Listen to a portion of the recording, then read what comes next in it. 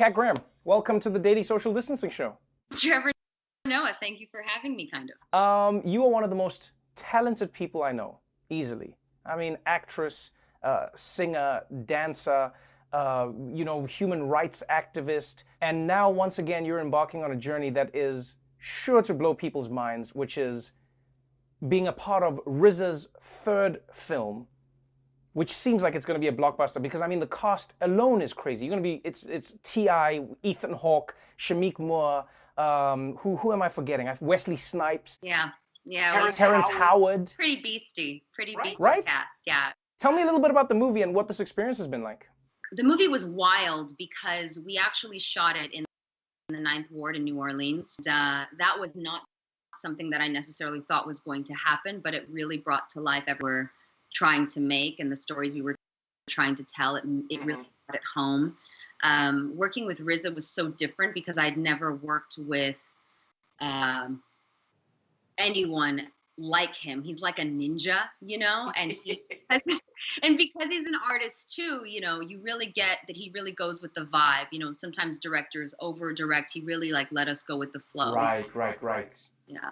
The story seems to be a heist movie. You think, oh, I'm getting into a straight up action movie, but then you come to realize that almost like one of the bad guys in the movie is Katrina. We're dealing with people who are reacting to that disaster. And although the story is set 15 years ago, it feels unfortunately rarely applicable to what's happening today. We really, really focus on the neglect that happens within marginalized communities. And you really see the parallel of what is happening currently and, the Black community not getting the kind of support, getting the kind of funding, not getting even accountability given to them for what they're experiencing. And it just, I'm so glad that I was a part of this movie. I feel like it really is going to help a lot of people, and I think it gives a lot of clarity to what a lot of communities are experiencing. You're not just a performer. You've always been somebody who has really spent a lot of time working to bring to the fore issues that communities around the world face.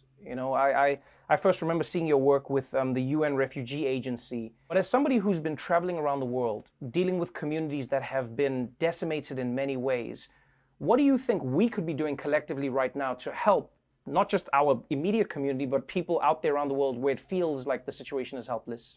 You actually do a really great job of that because you're so international too, and also your background and you're biracial, and I think where you come from really does play a huge part in the journey that you take. And for me, on both sides of my family, whether it's the Holocaust on my mom's side or the Liberian Civil War on my father's side, both of my grandparents were fleeing and became refugees. And naturally, my devotion to the refugee agency, I believe, stems from this place of wanting to protect people because I needed protection, my family needed protection. What's really important that we can all do is whether it's just following the UNHCR or just really paying attention to what's happening globally, especially with COVID-19. I mean, we're talking about South Sudan, Syria, Yemen people that are fleeing for their lives are on the brink of starvation because they're not getting access to the kinds of support that they need right now. So it's really important that we keep our focus on remembering that we are all together in this.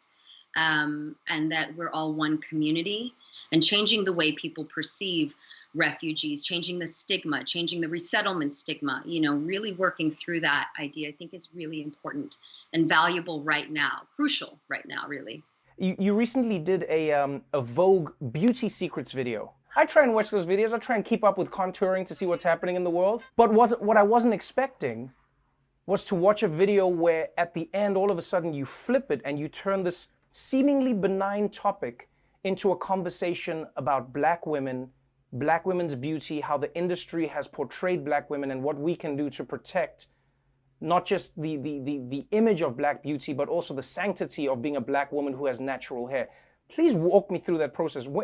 Did you plan to trick us from the beginning? You know, with everything that was going on, that is going on currently in the world, with all the racism and, you know, the lack of protection for Black women and the lack of acceptance in Hollywood in a lot of ways of not really profiling, highlighting, celebrating, you know, different kinds of Black women. For me, you know, it wasn't until I actually started to really accept myself and really understand what would make me tick and what would make me move was I actually coming into my own power. I think if you accept, if you come from a difficult childhood, if you accept that you come from a broken home, if you accept that you come from an industry that tells you that you are not Black enough, but you're also not white enough, that you fit in everywhere and you fit in nowhere, and you understand that that is something that you have to walk with, then you have just a different kind of power. You have a different kind of voice, you know, and I want to be a voice for the voiceless. That's why I'm working with the Refugee Agency. That's why I'm doing films like Cutthroat City. And, you know, I hope that even through my fashion, even though it's sometimes fashion can seem so trivial, that I can actually, Right. I can do something with it, you know, inspire some girls to be out with your fro. I think you're doing that and much, much more. Kat Graham, thank you so much for joining me on the show. Yeah.